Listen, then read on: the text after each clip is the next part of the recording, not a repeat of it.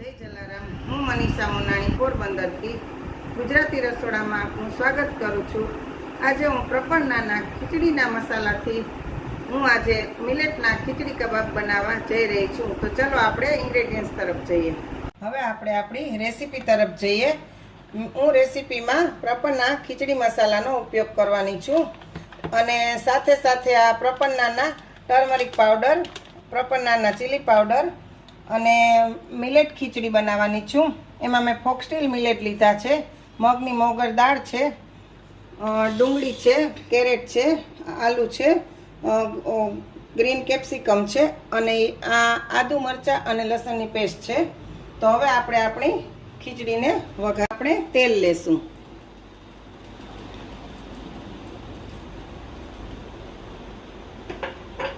આપણું તેલ આવી ગયું છે, એમાં આપણે થોડા રાઈ જીરું મૂકશું। રાઈ જીરું તતડી જાય એટલે એમાં આપણે આદુ મરચાં અને લસણની પેસ્ટ ત્રણેય સાથે નાખી દઈશું। ગેસની ફ્લેમ થોડી સ્લો કરીશું। ત્યારબાદ આ લીમડો છે એ નાખી દઈશું।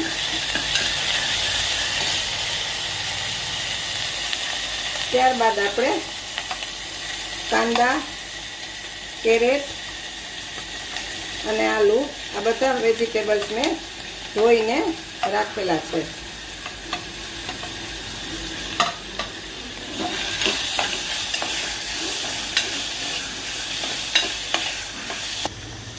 હવે આપણે એમાં પ્રપન્નાનો હળદર પાવડર છે એ નાખશું।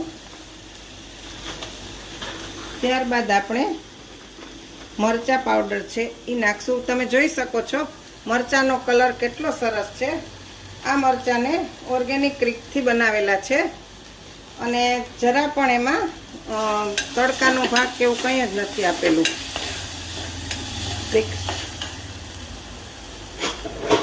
થોડું પાણી નાખશું।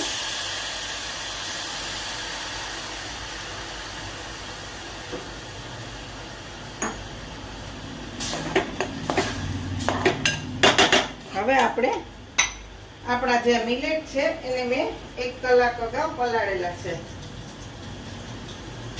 ફોક્સટેલ મિલેટ છે।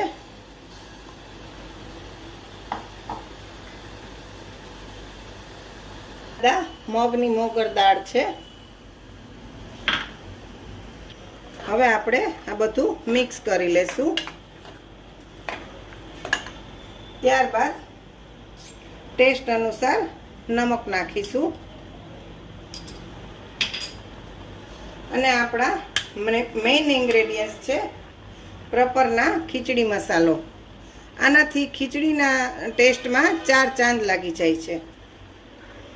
આપ જોવો છો આ પ્રપન્નાનો ખીચડી મસાલો છે જેનો ટેસ્ટ ખૂબ જ સરસ છે।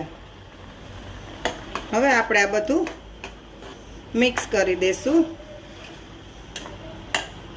થોડું પાણી નાખીશું। ત્યારબાદ આપણે 3 થી 4 વિસલ વગાડી લેશું।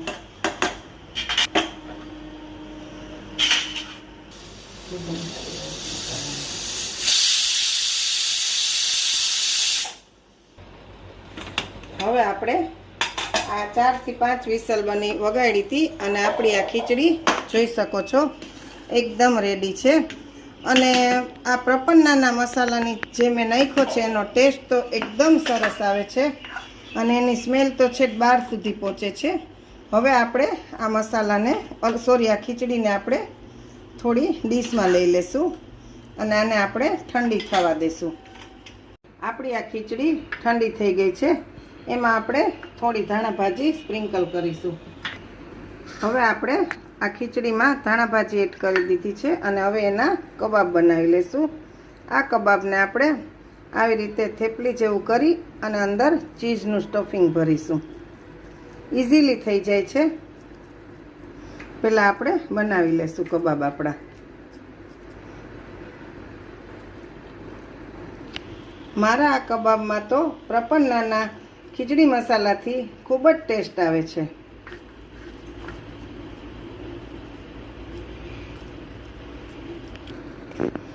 આપણા આ કબાબ રેડી છે। આપણે એને મેંદાની સ્લરીમાં ડીપ કરી અને કોર્નફ્લોર બ્રેડ ક્રમ્સમાં રગદોળી લઈશું. બીજી બાજુ આપણું તેલ પણ ગરમ થઈ ગયું છે, તો સીધા આપણે તેલમાં જ નાખી દઈશું કબાબને.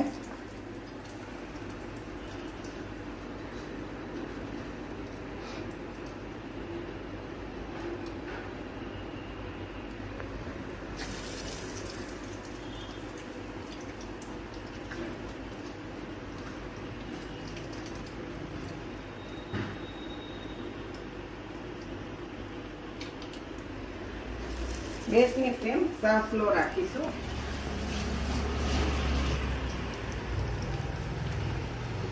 આને પહેલાં આપણે ચમચો નહીં અડાડીએ, આવી રીતે જ કરશું. હવે ફ્લેમ થોડી ફાસ્ટ કરીશું.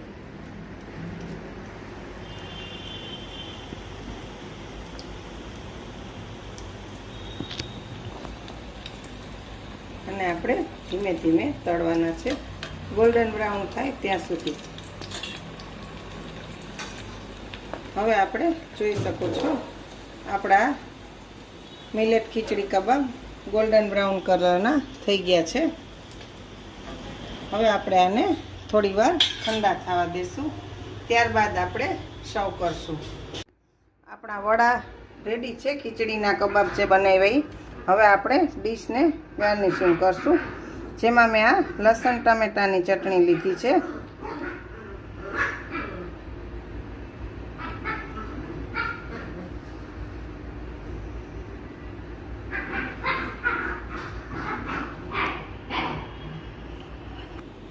હવે આપણે આપણા વડાને સર્વ કરશું.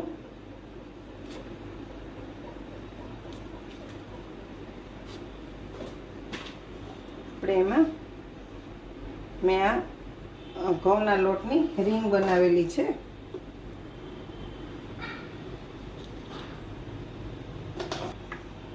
એની ઉપર આપણે થોડો સોસનો ડ્રોપ મૂકીશું.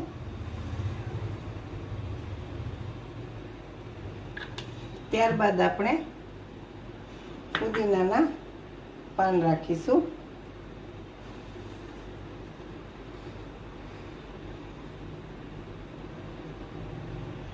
આપણે આ નાનો પાપડ સર્વ કરીશું. તો રેડી છે આપણા પ્રીપનના મસાલામાંથી બનાવેલી ખીચડી કબાબ. અને આ ખીચડીના મસાલાનો ટેસ્ટ એકદમ સરસ છે. મેં તો ટ્રાય કરી, તમે પણ જરૂરથી કરજો. Thank you.